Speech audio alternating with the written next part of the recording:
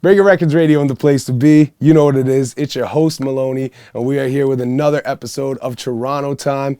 And I got a very special guest with me right here. We got DJ Mercilless in the house right now. And ironically, I say in the house, but more like he's got us in his house right now. You know, we are in the Tabernacle studio right now. Tabernacle 321. 321, my apologies. I missed the number, my man. But no problem, no problem. We're here. It's beautiful, man. This place breathes hip-hop. This place breathes hip-hop. That's why it's the Tabernacle. Hey. But how you been, man? How you doing? Great, great. And so, you know, I do want to really dig back and kind of go step by step, really over the whole thing.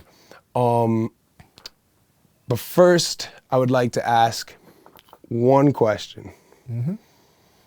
Before we get into any history and stuff, because it's a little, I guess, a little more closer up too. But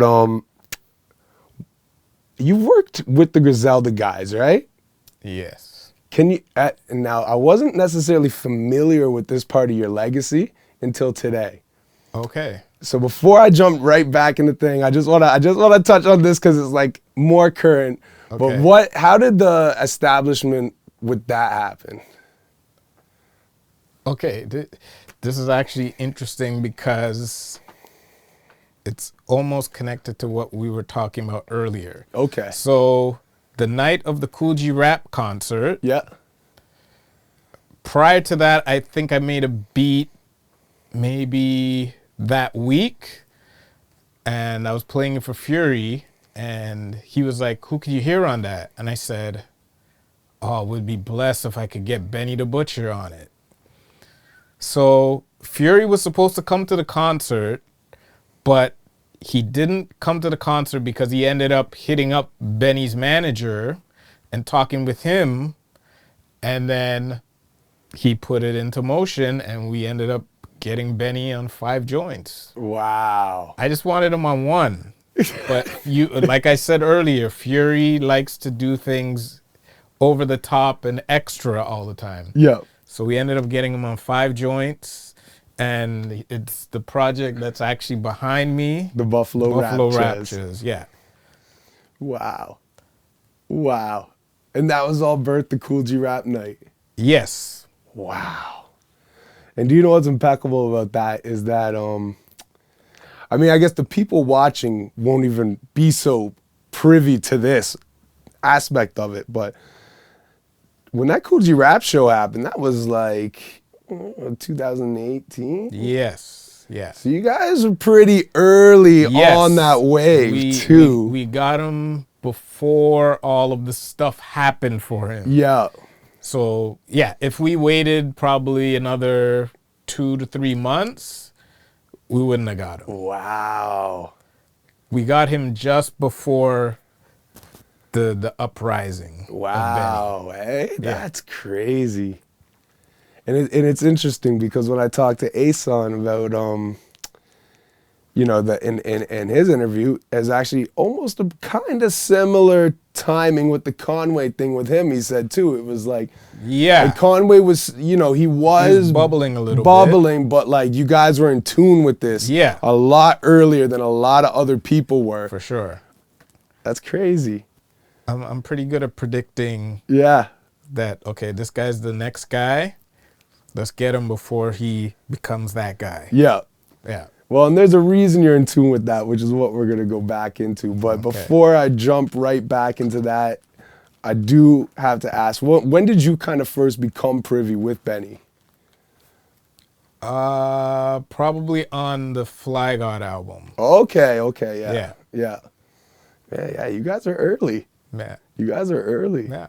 I mean, I heard about Conway probably 4 years prior to that. Really? Yeah. Wow. Because my cousin put me onto it, and I was like, who are these guys? Yeah. But I just dismissed it because everything new was crap. Yeah. So I was just like, yeah, whatever. Yeah. But then when I finally heard, I'm like, oh, shit. This is different. Okay, this is on the level. Yeah. Yeah. Wow. Wow, crazy. And now that'll become a full circle thing because we'll get back up to the present. But I did have to ask that. You know, before we jumped in, that one was digging at me. Since I got here, I wanted to ask about it, but I'm like, let you wait. Yeah. Wait till we roll.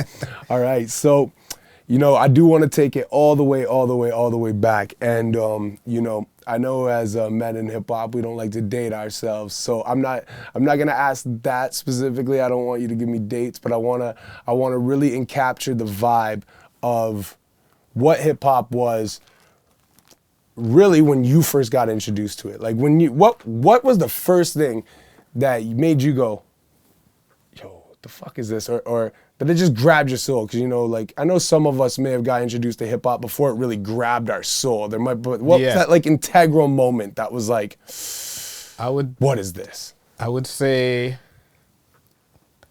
the record that influenced me to want to be part of hip hop was definitely Step in the Arena from Gangstar. Oh, shit.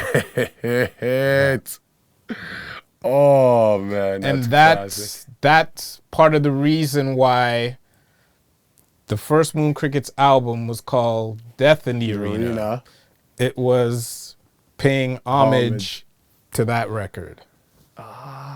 So I know people might not make the connection because they don't sound anything alike. But now that you say it. It was put together in that kind of style, but in a Wu-Tang way. Yeah. And I think because of the Wu-Tang homage, it like, you know, the I mean, not even just homage, but, you know, I mean, obviously the relation and everything, but that vibe, now that you say it, I can see it. And now I want to go back and listen to it because I completely overlooked that. Yeah. But that's why I wanted to incorporate cuts in a lot of places. Yeah. And just that hardcore essence of hip hop. I didn't want to stray too far from that. Yeah. You know? Wow, Step in the Arena. Mm-hmm. Wow. And I mean, what a great album to serve that influence, right? Mm-hmm. Like, man. And so actually, I mean, because it was something I wanted to ask, but that being said, I almost feel like you may have, in a roundabout way, answered it. But I was gonna say, what came first? Was it DJing or producing? But the fact that was kind of the thing that you're like, I need to do this, was like that influence of like DJ Premier. Was it like off the rip? Were you a producer and a DJ? No. No? I was nothing.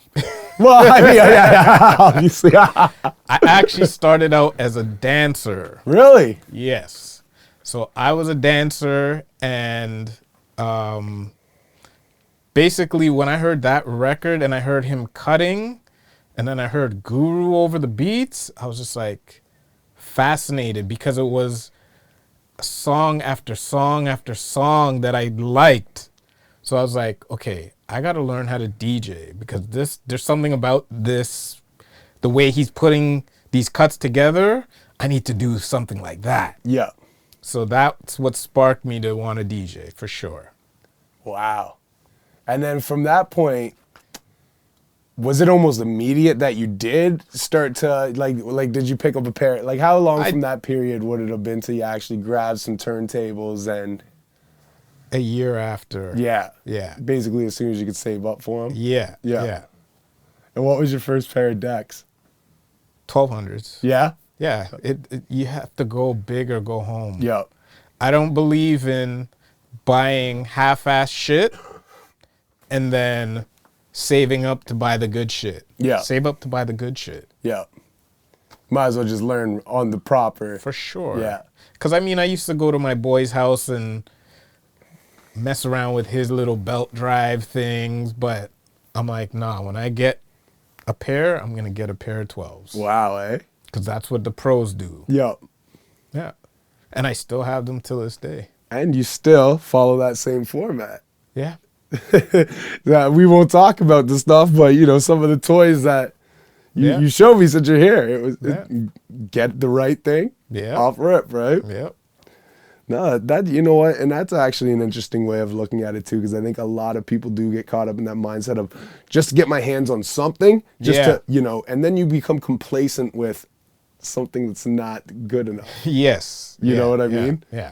Which, as you can see, I've always been more that guy, from my camera to, even us talking Well, programs. you gotta use what you can Yeah. get your hands on, right? Exactly. I But practice on my boys stuff that wasn't that good yeah. to know, okay, I gotta get something that's better than this because Yeah. this isn't cutting it. You know? Wow. And so from the point that you ended up getting the text, how long would it have been until like at this point, were you already collecting records prior to this and stuff too? A little bit here and there. Yeah. Like maybe I had like half a crate. Yeah. But nothing spectacular. Yeah. You know? And so I think an important part of the 90s that a lot of people don't know is the fact that, especially a DJ, your paychecks, what were you doing at the time for a job? Oh, well, I wasn't even DJing in the clubs at Yeah. that point because I wanted to make sure that I was tight Before you even put before yourself- people even knew I was a DJ. Yeah. Back then, it was like a badge of honor to put DJ on your name. Yeah. So I wasn't about to be shit and then be like, yo, I'm a DJ. No. I had to be good before I called myself a DJ. Yeah. So after probably a year, I earned my stripes, started doing basement parties here and there. I would do nights for $50. Yeah. But it didn't last long. Yeah. Then it started going up and up and up and up as the reputation Started to build. Exactly. Yeah. And that's the crazy thing is like, so think about going out, lugging your crates of records to a club to DJ in the early stage for $50, which in turn on the following, what was it? Was it Tuesdays back then? Thursdays. Thursdays were the day the records came out. You go to and you'd blow that 50. That 50 would be gone before you even got all the records you wanted. You had to make that 50 stretch. Yeah. And know, okay, am I going to buy this record and actually play this record, or am I just buying this record to buy the record? Yeah. And when you were buying records, because I know there was a point where in Toronto, it wasn't so easy to get the new stuff, and you had to go drive stateside to go pick up new releases. Was this in your era, or were they starting to actually pick the stuff up in the city around this time? No, we got stuff pretty early, but you would have to get the promos. Oh, okay. So if you were lucky enough to be one of those guys that got like the 10 promos that came out, then you got it around the same time as Americans. Okay. I only went to the States probably twice to go get records. Really? But they were records that were already here, but they were just cheaper there. Yeah. Like I remember getting Jizza's Liquid Swords for $5 in Detroit. Wow. I remember getting Eric B. and Rakim's Let the Rhythm Hit 'Em 12-inch for $1. Like, you can't beat that. Nah.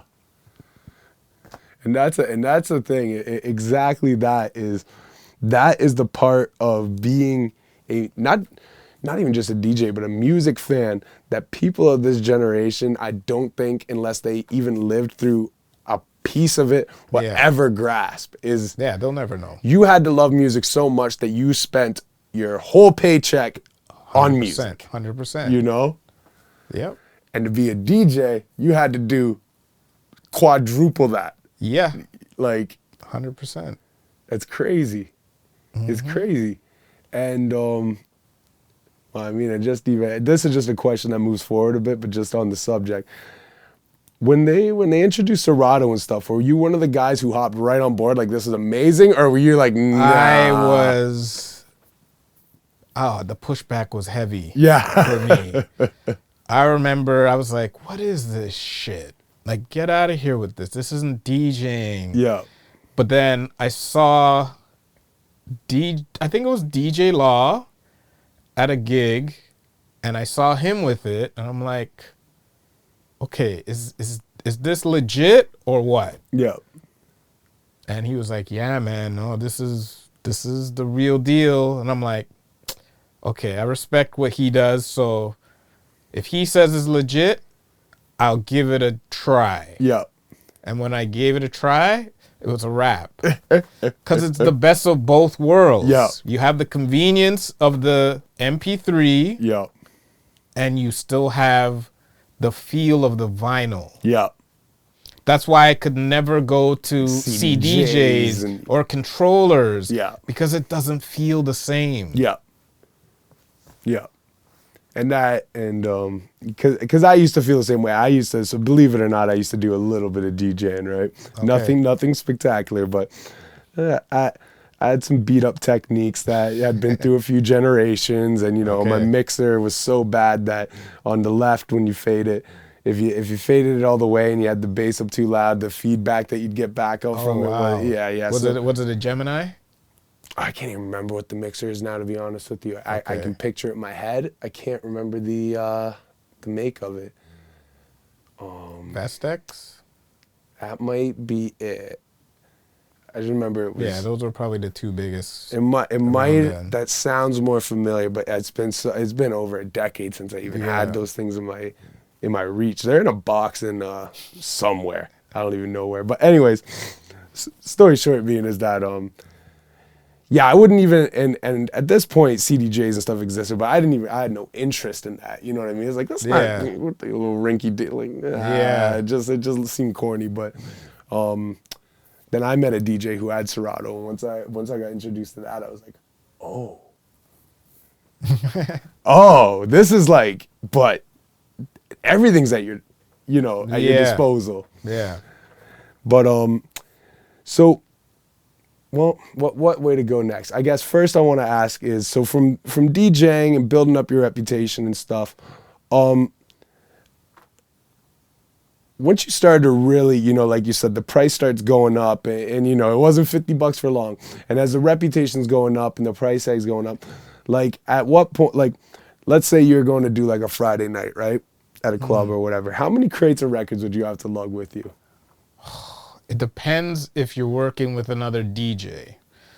Because if you're working with another DJ, sometimes you even have to bring more because you don't know what they're bringing and what they're playing. Yeah. So you gotta be prepared. We've been in situations where you might bring 2 crates, but the first DJ plays half of your crate. So now you're limited to 1 crate.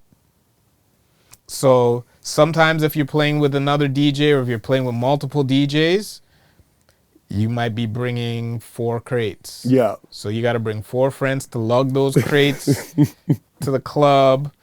They're getting in free to the club, so that's their incentive. Yeah. But it was rough, man. It was rough. I don't miss that part. Oh yeah. And having to bring 4 crates, excuse me, bring 4 friends. It's like at this point you got like 2, 3 drivers at some point, plus the tables and stuff just to set up. Yeah. And then you might have a conflict at the door because now the promoter doesn't want to let everybody in for free. They're making a stink. Like, it wasn't easy. Oh man. And another thing I want to touch on too is, as far as the records go, because I mean, these are points that people don't think about. But another point that people, I think just is beyond people is, so you got, let's say Liquid Swords, right? And let's say you wanted to play, even just say Liquid Swords, right? Marking the record and stuff. Like, what was your technique, right? I know some people use a marker, I know other people use a sticker. You were a sticker guy? Yeah. Okay. For sure. Sometimes I would use a marker, but most of the time it was a sticker. Yeah. Because you could always take it off and move the point. Yep. So yeah. Okay. And another thing too is now this part is completely beyond me because I'm so removed from it. But like beat mapping. So when it came to like knowing what would blend into another thing, like you didn't just have like an automatic loaded into Serato. Oh, this is 95 BPM, this is 95. Okay, throw these in the same folder, throw these. How did you organize your records in a sense into where when you had them in the club, you knew what to grab at. Like, was that mental where like, would you have your stuff alphabetical and mentally you knew what went with what, or would you organize I'm an alphabetical guy because Yep. I want to be able to reach for the record and find it right away. Okay. And as far as order, it's all vibe and just knowing what goes with what and knowing tempos. All mental then. Yeah. You just know, You had okay, to- I know that this tempo Yeah, and this, you had this is to gonna know. go. Yeah. You had to know. Crazy. But that comes with practice. Yeah. That's why back then you had to practice a lot. Yeah. I don't practice anymore. I just go to a gig and do it. Yeah. Because I put in my 10,000 plus hours to the point where I don't need to do that. Once in a while, I basically use the gigs as my practice. Yeah. Well, it's all Nowadays. it's instinct at this point too, right? Yes, You know, 100%. It becomes instinct at a certain point once you. Yeah. Yeah. No, but that's just one thing I've always wondered about that period of time, because you know when you get so spoiled with a thing like Serato in front of you. Like, I've DJ'd a club and I have no business DJing a club, no business in the world. You know what I mean? But well, fuck. You know, these are all organized. You know, this is all beat map. This, you know, all I literally do is look at our screen. You know, I don't even have to have one headphone on to hear what's coming. Like, it shows you, right? Yeah. And that's one thing I always wondered about, was the actual BPMing and like understanding tempo. And it's just like, you have to keep that all in your head, or do you have to reorganize your records before you hit the club and then put them back in alphabetical? I mean, I know people who used to do that, but I was just straight, okay, this is what I feel like playing right now. Yeah. I'm going to get a reaction out of this. Play it now. Or wait 2 songs for that. But I'm going to lift that one up so it's a reminder. Yeah. You know? And you ever get like a crate stolen from you at the club? No, not. I've had records stolen when I lent them to somebody. Yeah. But not me personally, no. That, I guess, a hard thing to walk away with, is a crate of records. You'd have to have, Yeah, you'd have to have a it's few been done. people with you to get away with It's been something. done before. Yeah. And at that point, when was it that you actually started to get into the producing side of things? Well, I dabbled a little bit on like my boy's keyboard or ASR 10 and SP 1200s, but that was whenever I got the chance to. Yeah. But when I actually called myself like a legit producer was probably a good 9 years after that. Okay. Yeah. And what was the first equipment that you grabbed? MPC The 2000. MPC 2000? Okay, yeah. That was the first one. And do you still use it? I actually just replaced my screen. Really? Yeah, like 2 weeks ago. And the same machine? Yeah. Ah, so, nice. yeah, it's back up, so I might start using it a lot more. But most of the beats the last couple of years have been on the MPC Live. Okay. Yeah. And have you ever owned a SP 1200? No. No? No. They- I'm an Akai guy. Yeah. Yeah. I only asked because you had mentioned practicing on one, and they, you know, it's producers that have used them, They you know, swear by it, for they sure. swear by that swing that it has. That It's not so much the swing. I think the MPC has better swing. yeah, But the drums on the SP 1200s is what people rave about. yeah. Yeah. Because of the bit rate. Okay. So Because it's 12-bit. yeah, But that's why a lot of people like the MPC 60, because it's 12-bit. okay. So it has that gritty sound to it, you know? Yeah. Yeah.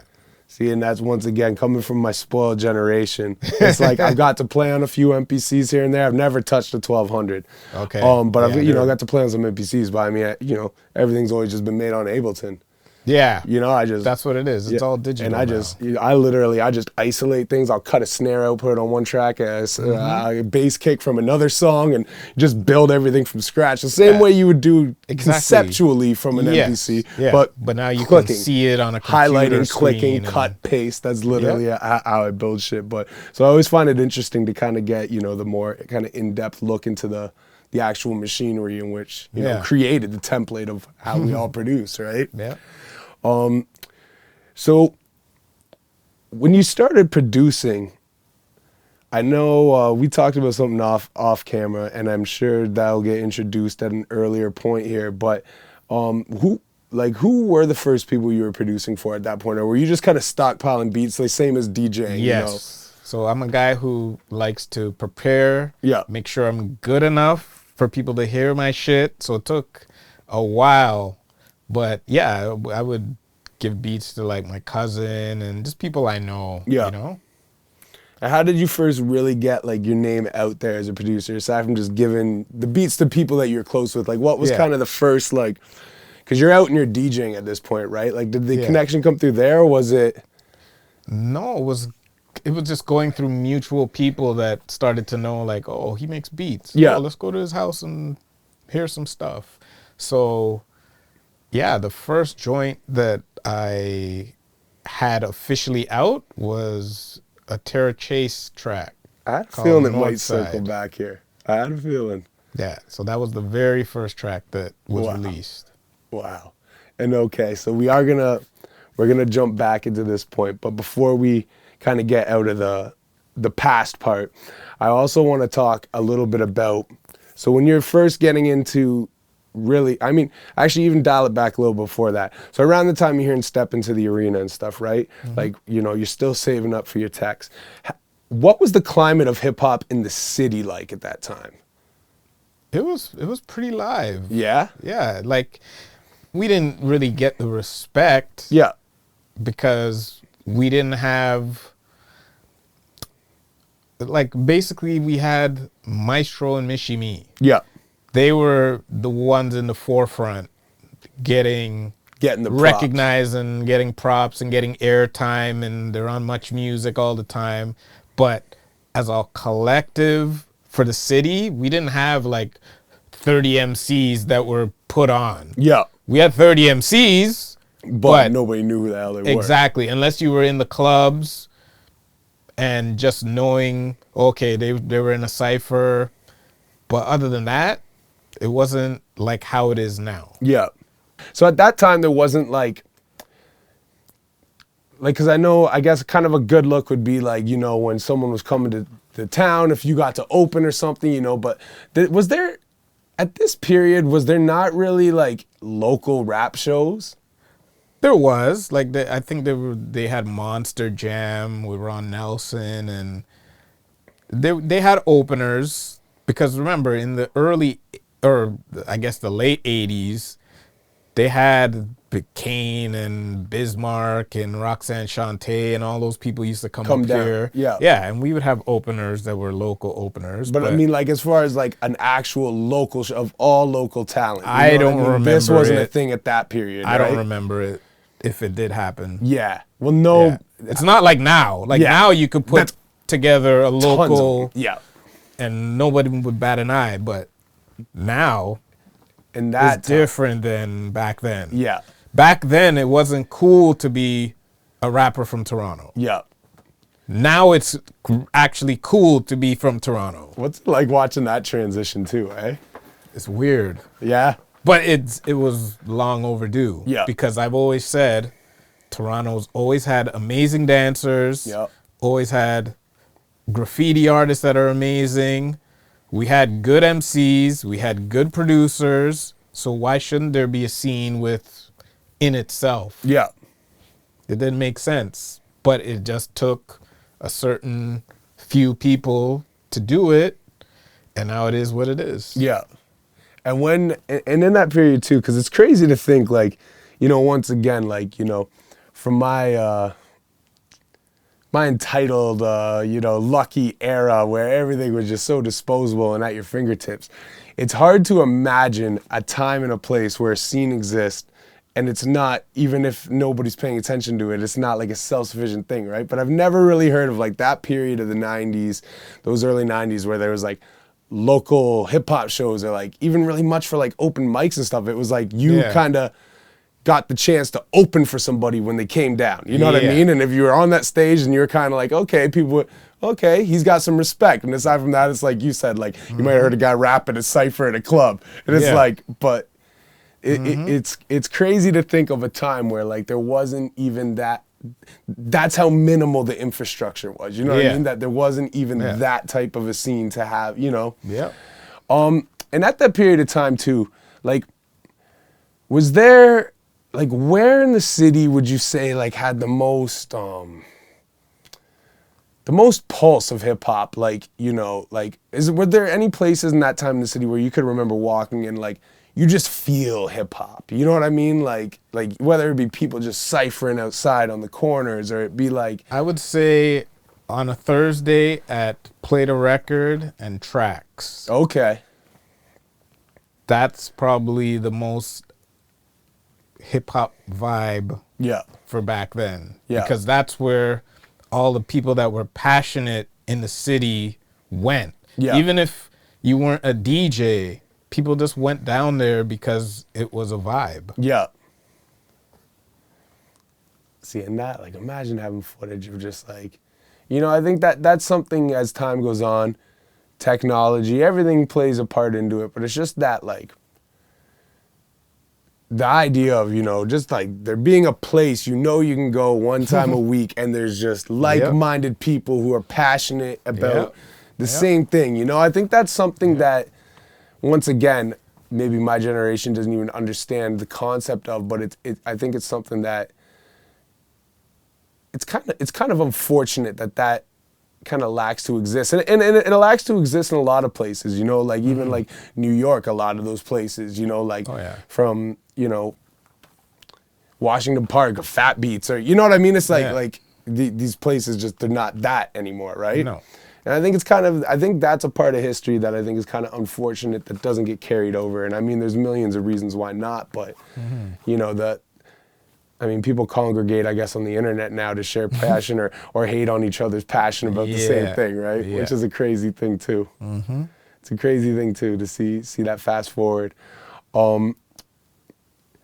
But so at the point, like when you're DJing and stuff, right? When you're really kind of, like you said, like you move forward, you're not, you know, you go from $50, that changes real quick once your reputation builds. Like at this point, are you DJing club nights, or are you starting to get like booked for like shows and stuff too, or was it more just club? More clubs. Everything was more club based, yeah. Yeah. Okay. For sure. It was back then. It was clubs and house parties. Yeah. And then, okay, so actually that leads me down another direction, but one thing I want to ask before I jump down that direction is, to your recollection, at what time around was it when Much Music actually really started to really highlight the hip hop culture in Toronto? Because, like, for example, when I was growing up, right, as early as like, I'd say like maybe 96, 97, I remember watching Master T, Rap City, and you know, there might just be some B-boys on there this night. You know, Daniel might be up there the next night. You might, you know what I mean? Ghetto Concept might be up there the next, but it gave you a pulse for what the culture was in the city. And as a kid living outside of the city, you don't even realize this is Toronto hip-hop culture. This is just hip-hop culture to you. You know what I mean? Yeah. But like, at what point did that transition start to be made from where it was kind of like a niche thing, you know what I mean? There was these pockets where you go if you loved it, you might open for somebody, to where, like, you know, Much Music started to kind of give these guys a, like a national platform. I mean, it started with, as soon as Rap City started, really. Which I don't even know what year. Maybe that was 89. Oh wow, really? Eh? So it was that early that they started to show love to Toronto. Yeah, I mean, not love to Toronto, but love to hip hop. Yeah. They had their little half an hour show once a week or whatever. Yeah. But it was a start, and then you had your Electric Circus. And New Music sometimes showed some hip hop, so they started relatively early, and then by, I'd say, 92, it was, I think Rap City changed to an hour. Yeah, like it was everywhere. Well, Rap City was shorter than an hour at one point. Yeah, it was half an hour at first. Oh wow, okay, yeah. okay. See, that's before me to even realize that. That's crazy. Wow. And I think you know, I think one thing Toronto had in the era of Much Music is something I've never really seen elsewhere, aside from almost remnants of Video Music Box, but I mean, that's not nationally syndicated television, you know what I mean? Like, that's, like, Much Music in the era of, you know, when I was a kid, looking back years later and realizing what I was witnessing, it's like, it's a beautiful thing. Like, there was literally a platform on national television on the one music station we had in the country where, like, you know, dudes from Toronto had a platform to go up and do their thing. Like, that's, like, if you think about it, like, that's crazy. Even the concept of Speaker's Corner. Yeah. You know what I mean? Like, think about how incredible that is. Like, I can't really think of anything similar anywhere. Yeah. Where really, like, there's been a public platform that's viewed by all these people on a regular basis where, like, you know, you could, to some degree, as long as you stood outside long enough and impressed the right person, any dude off the street could really come through and have a platform on that type of a scale or a level, you know? Yeah. It's a really incredible thing, and I hope that one day somebody takes the old Much Music archives and does something with them. Yeah. I've heard that a lot of those tapes have been destroyed. I don't know if that's true, but I've because heard... I think what happened was they digitized all of them. So it should exist somewhere. No, they're probably destroyed, but they're digitized, so now they're in digital form. Yeah. So the footage is still there somewhere, yeah. But I'm sure the original tapes are gone. It's crazy. All that history. It's crazy. But anyway, not to dwell on that so much, but I think that's a really interesting and important part of kind of Toronto hip-hop history as well, too, that really kind of doesn't get a light shine on it for how important it was at a certain point, right? Yeah.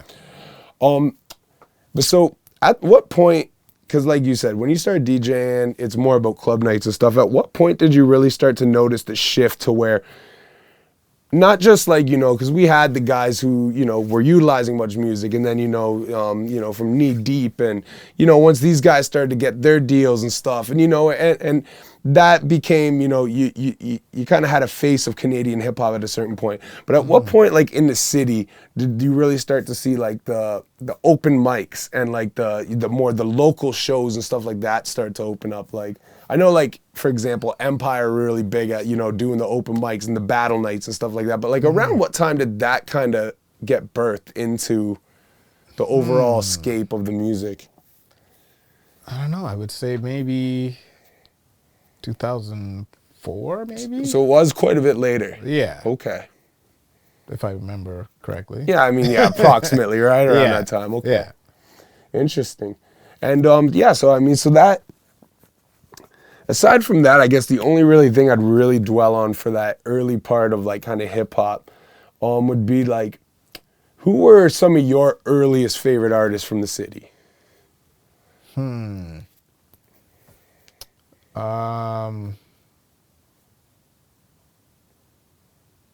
I'd say it's probably Socrates. Oh man, I'm forgetting his name. I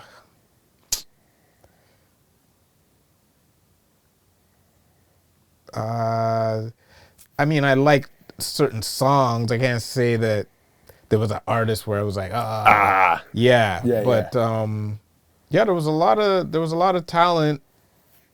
It just needed to be cultivated. Yeah. You know? Yeah. But yeah, I would say it was probably him. Sox was a big one. That I thought would have been bigger. Actually, you know? A lot of people say that too. They pretty much everyone I talk to from that era says like, Socrates, I could have sworn was going to be that guy. Yeah. And then you start getting the looks from, you know what I mean? Like the Master Ace and OC and, you know, everything. Like that's even before Lincoln with Redman, you know what I mean? But like getting all those looks, and like a lot of people do say like they could have sworn Sox was the next up. Like, yeah. It's interesting. And I mean, Socrates is classic records. I mean, my introduction to Socrates would be Money or Love, that video. Remember that Yeah? video with the Oh, white background yeah. and the... Oh, man, that's just crazy. But, Oh, now I remember K-Force. okay. K-Force was a beast. K-Force, yeah. He was down with, like, wasn't he down with Main Source and them? He Or? was down with Main Source. Yeah. Did you know that he wrote for Shaquille O'Neal? No way. Yep. No. I remember going to his house and he showed us the contracts. No And we're like, way. Shaquille O'Neal's gonna rap? And you're writing it? And then lo and behold, he went platinum. I never saw K-Force again. Wow, really, eh? Yeah. Wow. Force Main Source LP on the rise. The Scenario remix. Mm-hmm. Wow. Crazy. I had no idea he wrote for Shaq. That's insane. Mm-hmm. That's insane. Wow. I love when I learn something in an interview. That's always fun, you know? Like, really learn something. Like, that's the whole point of it, yeah. right? Like, just those little nuggets. That's Little interesting. nuggets. That's crazy. That's Trust super. me, I heard some crazy stuff the other day. I'm like, what? This just makes me look at things completely different. Like, did you know that Cool J wrote MC Light's part in Self-Destruction? What? No way. Did you know that Big Daddy Kane wrote LL Cool J's verse in Rampage with EPMD? Is that actually proven? Do the flow in Like your an head. old accordion. Yeah. Oh my God. That's yo. Big Daddy Kane. Forget Forget it, I'm constipated. Forget it, I'm constant. Oh my God, yo. The flow, the lines. Oh my God. It's like, what is going on? The How flow did I to the. That's what I'm saying. Oh my God. That's what I'm saying. Bruh. Yeah, it's crazy. Do you know why that hurts too? Is because LL has records after Rampage that I love. Yeah, So did he? that's the thing. I don't like know. the pen. I don't know. Oh. I don't know. And he's one of those guys that you look at as a rapper's rapper. Yeah. So it's like you almost have to question everything now. Like, what didn't he write? No. Man. And he has verses too that you're like, he was kind of on this, like, oh man. All right, so the album, I know this is completely off topic, but I mean, this is what it's about. You talk hip hop, sometimes you get off the sidetrack a bit, right? Mm-hmm. So I know it's like one of the albums that gets like no critical praise or anything. It's like, you almost don't know it exists unless you know it exists. But 14 Shots to the Dome, in my opinion, is LL's dopest front to back album. Really? I think so. Better than Mama Said Knock You Out? Front to back, honestly, I don't know. No. You gotta go back and listen to that record. I mean, then. I love Mama Said Knock You Out, but there's points on it where I'm like, of course, there's We could've points done on it that every Cool J album where you're like, I 14 don't know. Shots to the Dome, you could play front to back. I can't. Nah. I can't play any of his front to back. But there's certain songs on Mama Said Knock You Out that, that's the album right there. But Mama Said Knock You Out is incredible. And you know what? I'd have to play them back and forth, right?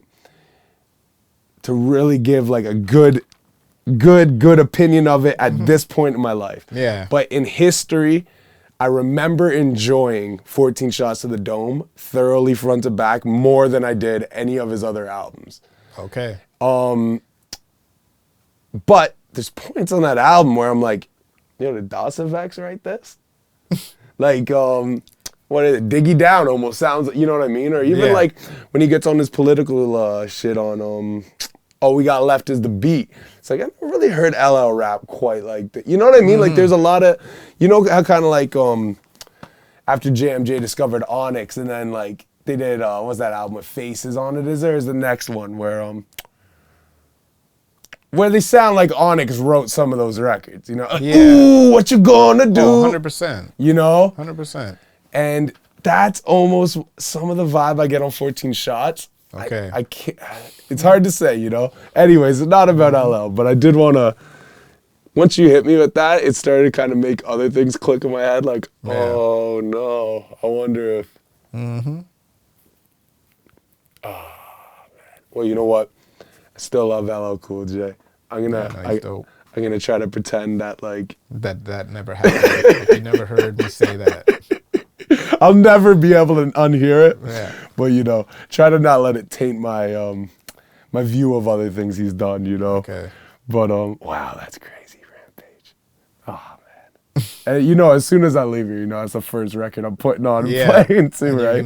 You're gonna hear is Big Daddy Kane. Oh my God. And the trippy thing about that is that verse is a shot at EPMD. Yeah, I knew that. So then how did Big Daddy Kane write it as a shot to them? Yeah. Like, what, you phoned him and told him, yo, make sure you take shots at EPMD. Yeah. Because I'm not feeling my manager bigging him up more than me or whatever was going on. Yeah. Like, come on.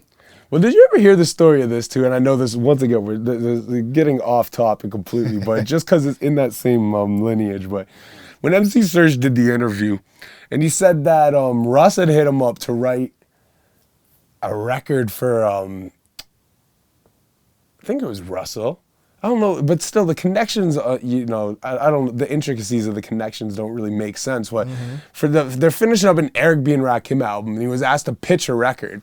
And he's like, speaks about it in this interview and talks about it for like 5 minutes. He's like, yeah, you know, Rakim wasn't feeling it. He said it's trash or whatever. And then like a couple days later, Rakim came out. He's like, no, MC Serge never wrote a fucking record. Like, you know what I mean? Was like offended that he would even say it. But he's like, well, he's like, you know, and Serge is saying you never used it. I don't even know if it, you know, if it even got presented to you, or if you're like, I'm not listening to this shit. Well, why would Rakim want anybody to write for anything him when right? he's supposed to be the prolific songwriter and like, get out of here. And it's one of these things that just like, what, you know, like, I don't know what kind of shit was going on in the industry back then and people pitching records and all this shit. It's like, you know, it's like stuff that like, to a degree you almost never, you know, unless somebody knows who says something. It's like, I think there's pieces of history where maybe these things we'll never really know about. I mean, that one makes no sense to me because MC Serge never rapped a verse even a quarter as good as one of Rakim's worst. But no disrespect to Serge. But anyways, let's move it forward. So when you were producing, really the first kind of real record that went out there ended up being Tara Chase. Mm-hmm. That's crazy. And so at this point when you produced for her, was she just kind of like, did she have her buzz yet? Or so she had a single out. Yeah. But she was part of that crew. At the time they were called The Circle or FOS. Yeah. So they weren't giving her beats. So she had to go outside of them. And we had a mutual friend, and he brought her to my crib. I played her a bunch of beats, and that was the one she was fixated on. Wow. So there's actually, I don't have the footage of it or whatever, but I remember being in the studio with her, and she wanted to do something super whack at the end of the song, and I was like, no, you cannot do that. Really? I think she wanted to sing on the track, and she ended up doing it, and I was like, this can't go out like this. Yeah. And yeah, I've never heard it since, but I just remember we got into a little tiff about that, but I was like, no, I'll pull the track if this goes out like this. Really? Yeah. Really? Because it was bad. Yeah. Like, and at that time I was like, I don't want no singing on my shit. That, especially if it's no, that's not gonna cut it. Especially that. Yeah, I was very militant when it came to what was on my production. But you know what? That's it goes to show that you're an actual producer. You know what I mean? Because I'm not a beat maker. Yeah, I'm a producer. Yeah, because that's the difference, right? Yeah. And that's kind of an integral point as well too, because like you said, she was already starting to kind of buzz and stuff, right? So it's like it could have been very easy for you to just be like, bite your tongue and let it go, but no. And I think that it just goes to show from day one, you were a producer, not a beat maker. You know what I mean? And what studio was that in when you guys cut that? That was a studio that I used to run out of Oshawa. Oh, really? Yeah. Your favorite city? Yeah. So one of my ex beat partners, he had a studio up there, and I would just go and stay there for like weeks. Yeah. And just I learned how to engineer there. Really? Yeah, because he would have people over and be like, oh, I don't feel like doing a session. You want to do it? I'll be like, okay. I was that young, eager guy, just wanting to get my hands dirty, and went and I recorded so many people. Like, I used to record Mike Boogie stuff. Really, eh? Yeah. No way. So it just came about that way. Yeah. You know? And yeah, we recorded there, and it came out good. And then I think we went downtown to some studio, and I can't even remember the engineer that mixed it, but we mixed it, and then it ended up being on one of the Rap Essentials. Yeah. The Rap Essentials. There's another part of Toronto hip-hop history that, I mean Canadian hip-hop history, but Toronto hip-hop history. For sure. That, wow, kind of gets overlooked. You know what I mean? There's the importance of those. There's some good records on that. Yeah. And those, I mean, those kind of made some people known beyond the small scale in which, you know, got them onto it. You know what I mean? Introduced a lot of people to a much larger audience. Yeah, for sure.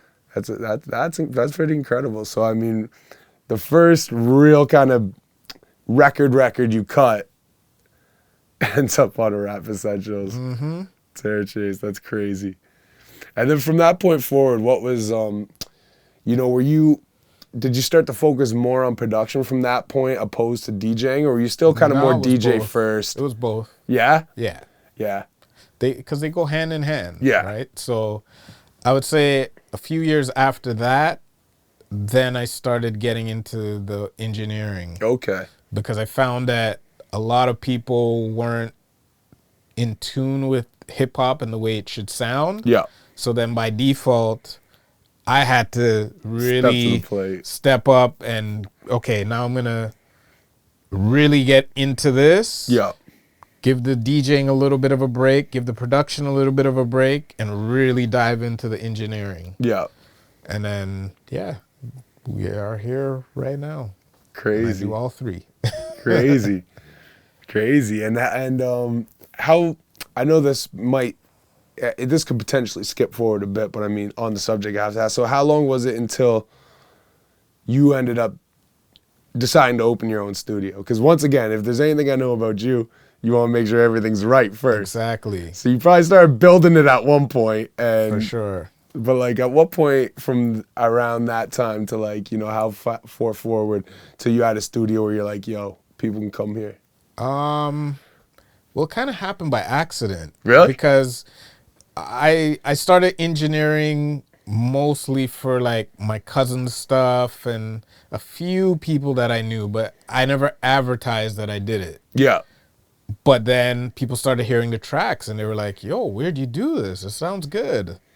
And then the word got out, and then it was like, okay, well, I guess I could do this. Yeah, I'll start charging. Okay. And then so many people started coming to the point where I was like, okay, I have to do this for real, for real. Then I started getting better equipment and investing in it. And then I don't even know what year that was. Might have been 2007, 2008. Okay. So this is before, like, you could buy a laptop with a freaking thing and, you know, like, because as you know, from some of the equipment you've got out there, I recognize it from, like, the few really big studios I've been in, or even the one that, like I told you, we operated, had a couple, you know, I don't even know what you properly call those freaking like boxes. Units. The units, yeah. Or lunch boxes. Yeah. Yeah. But like... But that's like newer kind of stuff. Yeah. That wasn't out around those times. Yeah. So you had to really build up like analog equipment, real, we're talking a real studio. That's the world I come from. Yeah. So I come from reel to reels Yeah. and all that good stuff. Yeah. So now it's like a hybrid of I have the digital stuff, but I also still have the analog. 'Cause Yeah. that's part of the sound. You know? Yeah. And you try, and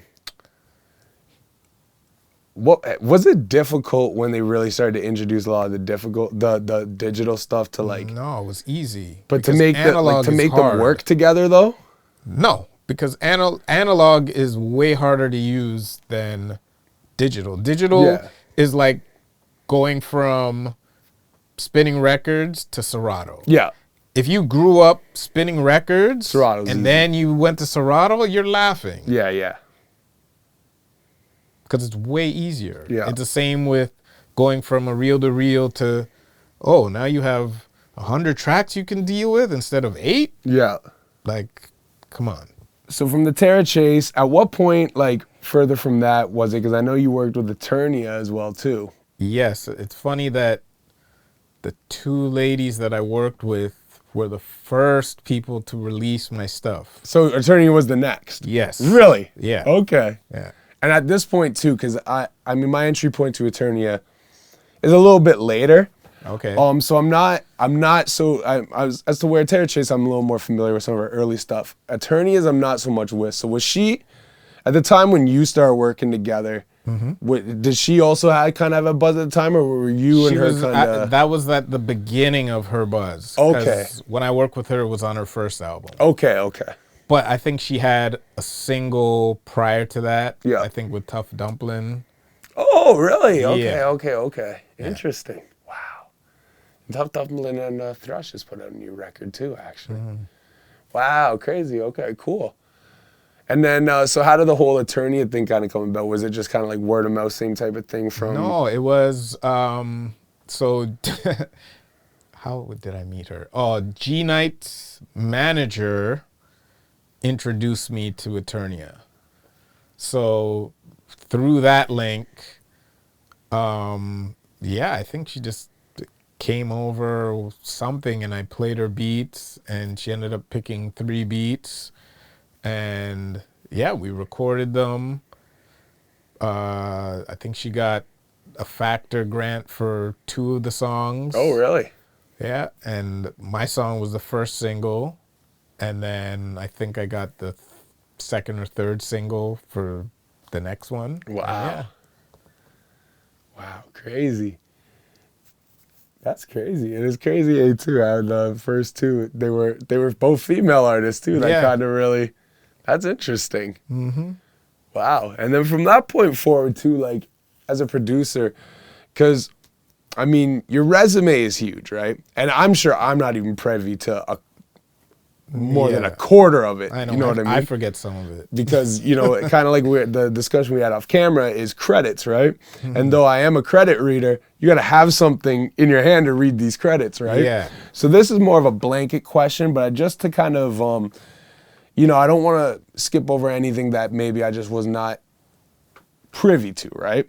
But in that period moving forward, what were some of the most, like, at least to you, landmark records that you produced in the next kind of upcoming years? Like aside from those 2? Yeah. Or at least even for yourself personally. Like, even if there's things that maybe like people might not, accredit you to, like, oh, yo, this was, but like to you personally, like these records mean a lot to me type of thing.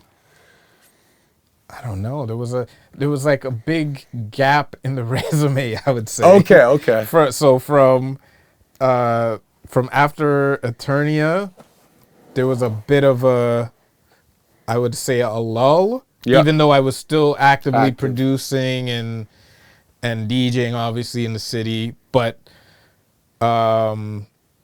it wasn't at that level of okay, we're getting videos and we're on Much Music. It wasn't to that level. It was more like a local buzz.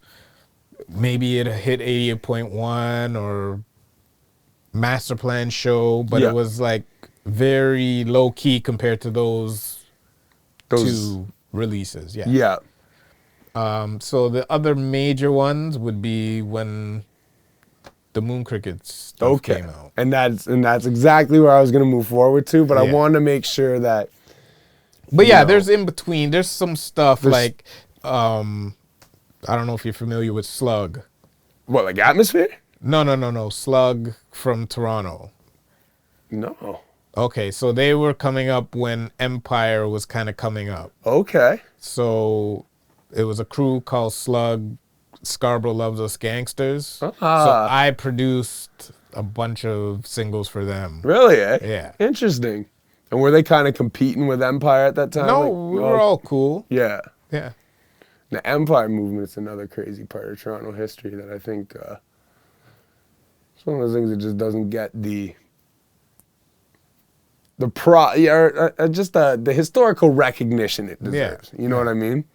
That was a crazy time. And at that time, actually, I mean, just even speaking of that time in Toronto hip hop, were you going out regularly to like, you know, the open mic nights and seeing shit like that? Or were you like, if I'm not DJing, I'm not there? Yeah, I was more of, if I'm not DJing, I'm not really there. Except for like, used to go out to like the Monday night scene. Yeah. When they had it on College Street, they had like a party that was really dope. Like, you'd go there and you'd see J-Ru there. Like, Really, what are you doing here? Like, I remember having a whole discussion with him, like, why are you here? You should be in the studio with Premier. Like, but yeah, stuff like that. It was just wild. And actually, with you saying that too, right? Excuse me. I guess to move it even forward to kind of more the Moon Crickets era and stuff, because I mean, me personally, that's when I really got introduced to you. You know what I mean? Okay. Anything else I've learned is through discovery. You know what I mean? Yeah, And going backwards. really, right? And that was really my introduction to you. And that album, I mean, Death in the Arena. That is a hard album. And I know in the interview that I did watch of you with Outlaw, you guys did talk about kind of the start of the Moon Crickets, but I mean, since we're in context here, I would like to ask it again, even though I personally know, but just for the story's sake, what was kind of the creation process of the Moon Crickets?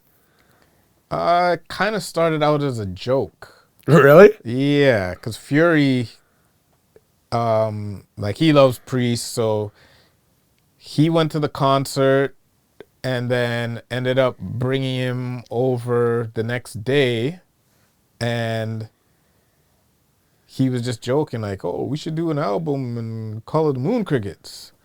And then it turned into, like, Priest started laughing, and then it was like, okay, like, yeah, we should do this.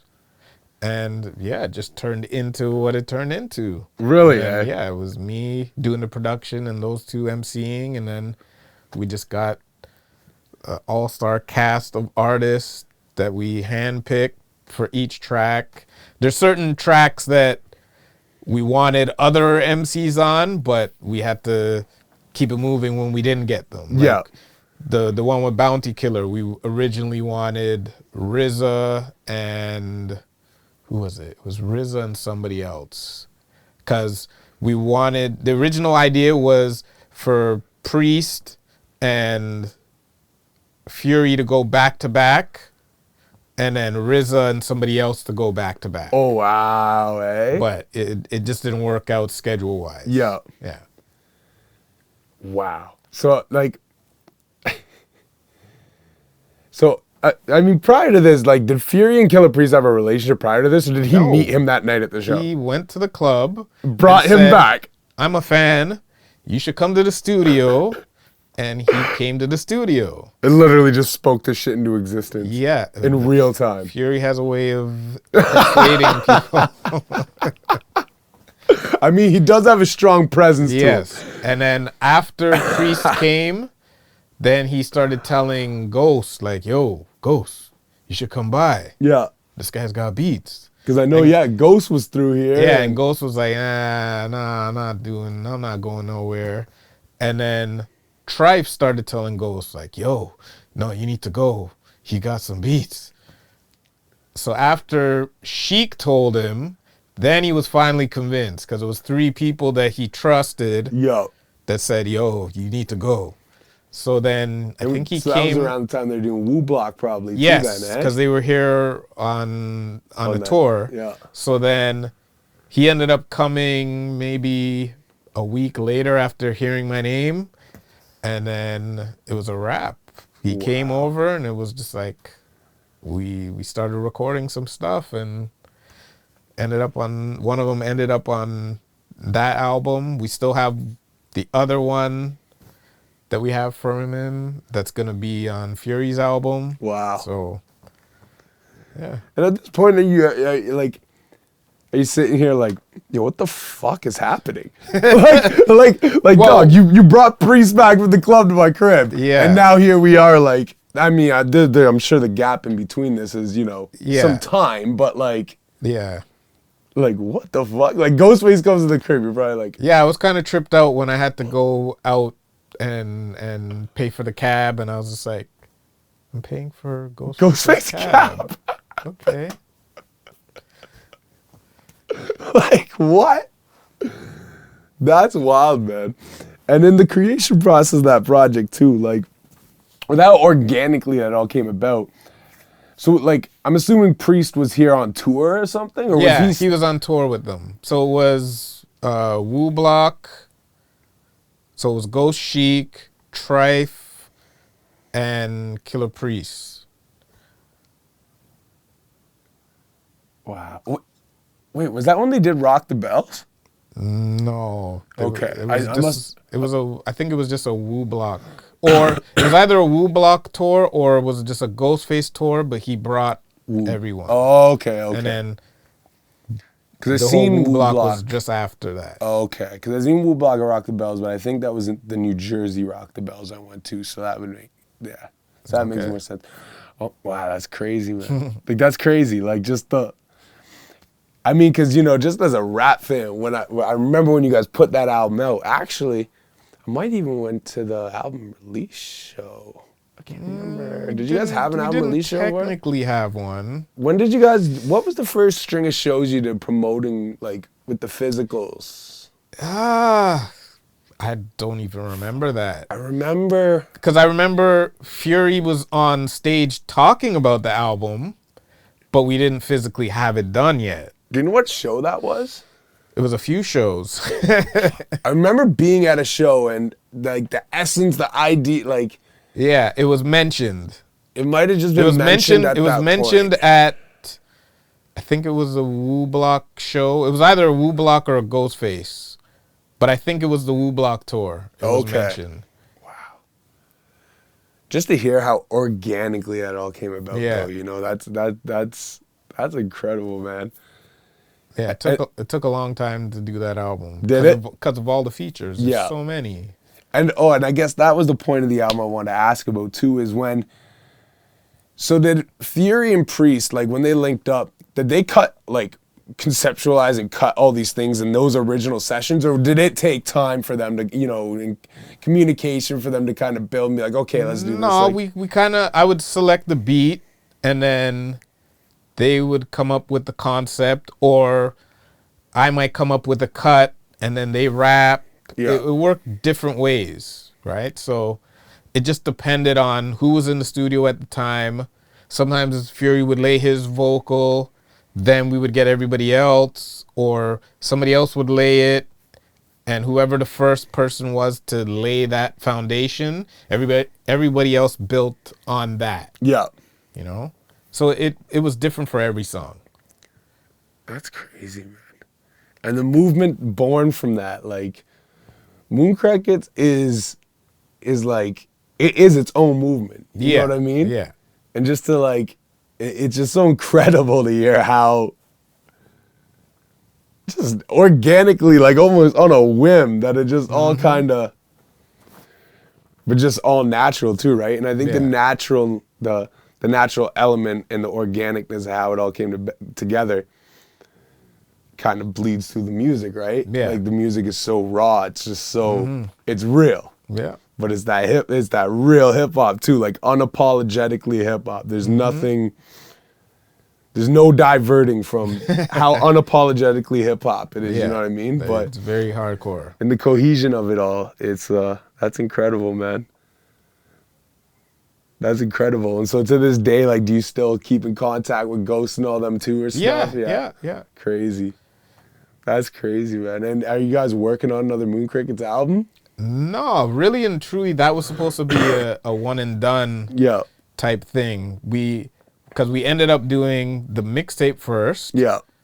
So the mixtape was sort of a collection of songs that didn't make the album, and we allowed other producers to kind of produce some tracks. Yeah. So it wasn't just me. So we ended up just putting the collective of that, and then I DJ'd. And mixed it all together. Yeah. Yeah. And then the album dropped, I think, a year and a half after that. Yeah. So then, Because I remember the mixtape actually too. yeah, And what was the mixtape called? It was... The Calm Before the Storm. That was it. Yes. Okay. Yeah. Okay. Yeah. So we basically pressed up like 200 CDs. Those things were gone. That all you ever Yeah. made? Then we repressed it because people kept asking, like, oh. Yeah. So we added we took out a couple of songs that were actually on the album. Yeah. And then we put 2 new songs on it just to make it a little bit different. And it kind of adds to the exclusivity For of it sure. too, right? So there's people that are out there that have both. Yeah. But yeah, the ones that are lucky are the ones that got the first one. And do you know what's kind of interesting actually?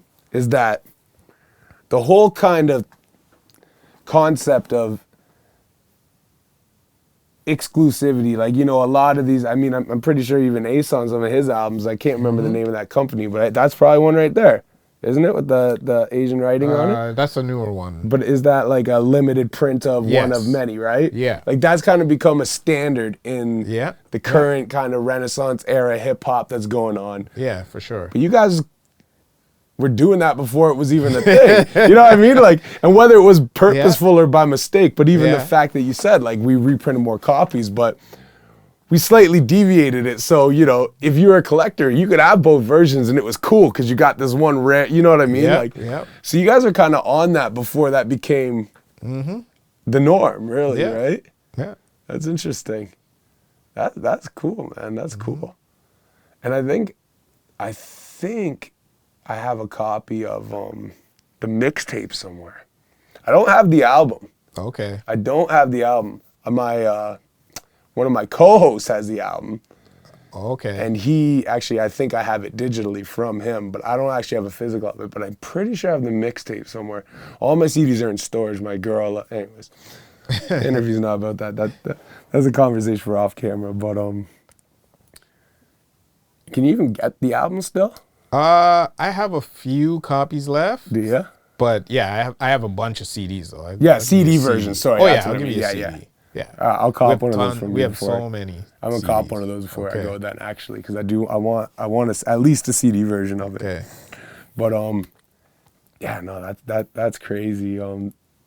No, just hearing how the whole Moon Crickets thing was born, because you know when I first moved to the city, that's when that whole kind of thing was transpiring, right? Like I came in 2014, so I think when did the mixtape drop? 2015? Yes. Yeah. Yeah. So that was like, and I think it was in December. yeah. So it's just like I was just, and I moved like late 2014, right? So as I was just starting to go out and kind of meet the promoters and, you know, meet like kind of get involved in the hip hop scene, even though, you know, no one gave a fuck. I was just the white guy in the corner over there, you know what I mean? But as I was starting to like, you know, go out to these shows and stuff and see it, like I just remember the force and the power behind the Moon Crickets movement and being like, yo, are these guys in Toronto? They got what? Alma Killer Priest? Like what? Like what? Like Ghost is all over this? Like like what? Like this is mind blowing. You know what I mean?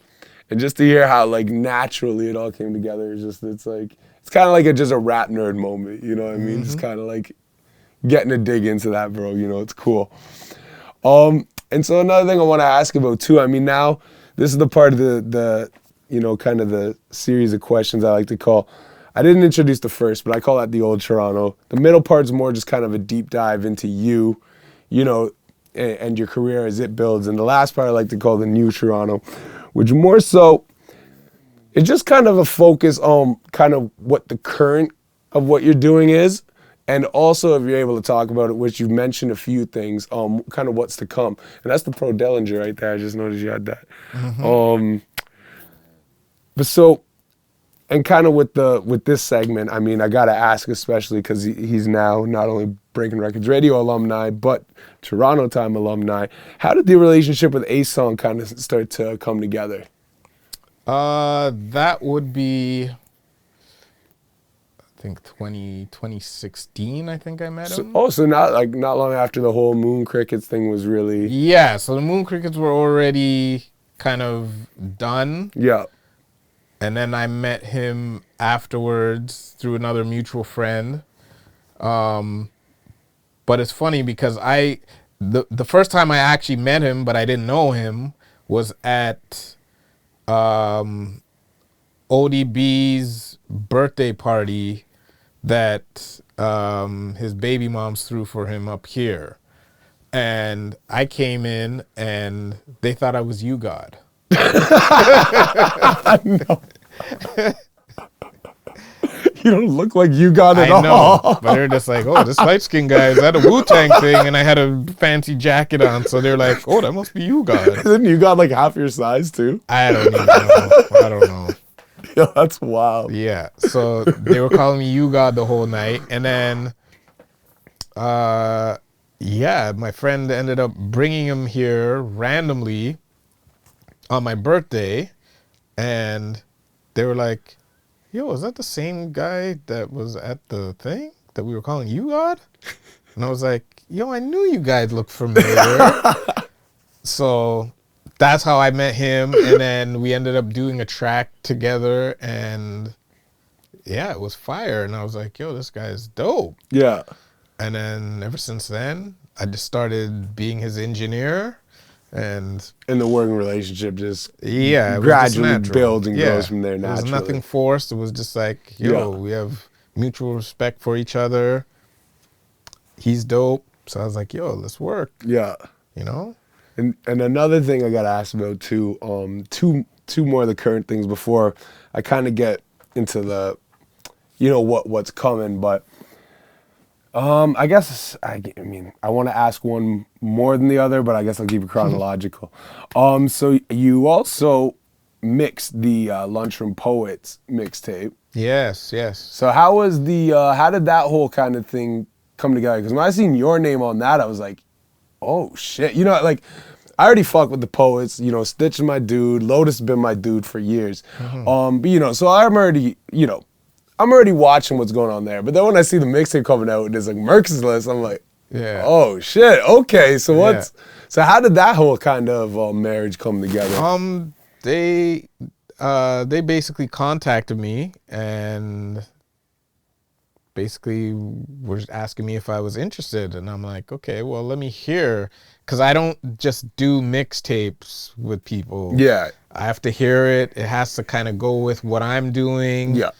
Has to represent what I represent. So I heard it. I was like, yeah, I mess with this. Let's do it. Dope. And then you produced the cypher for them too, right? Or did you just do the cuts on the cypher? No, I just did the cuts. Okay, I didn't do any production. Okay. And even for the album, you didn't end up doing any of the production either, eh? No, that was because they had their in team do it. Yeah. Interesting.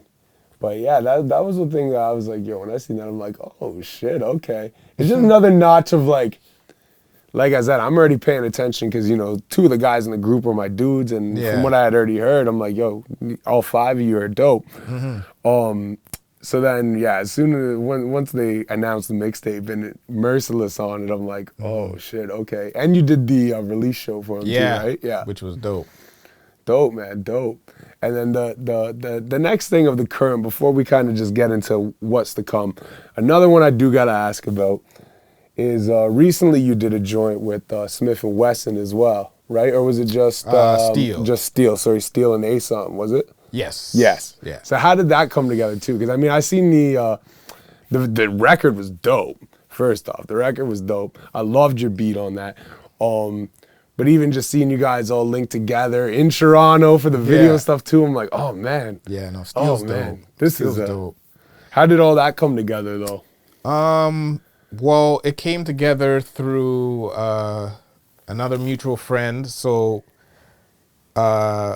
Mark Stoddard, he has a brand, and Steel started following him because he loved the brand and what it was doing, and he just wanted to be a part of it somehow. Oh, So really? then we just pitched it to him, and he was down. Really, eh? Yeah, it was mad cool. Just super organic once again, Super right? organic. Like, I didn't expect it. So he flew down for the video. We didn't ask him to do it. He's like, yeah, I want to do it. Let's do it. Wow. So we sent our video guy to New York. Then he came back to do the other parts. And it worked out perfect. Wow, that's a beautiful thing, man. Yeah. Wow. And do you know what's crazy too is I think this is not a shot at any other up and coming rappers, all right? Everybody do your thing, do what you feel is best. But I think sometimes dudes will look at what has come so organically for not just you, but the kind of the following the Moon Crickets movement, you know what I mean? And so much of like this organic love you guys gotten.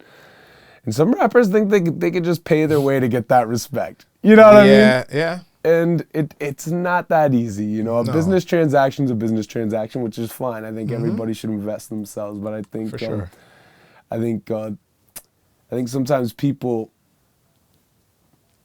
they don't realize that how much that important and that integral real love is. You know what I mean? Yeah. They think they could throw money at something and think, yeah, this guy's gonna fuck with me, and this guy's like, well, no, you paid me for a service and good day.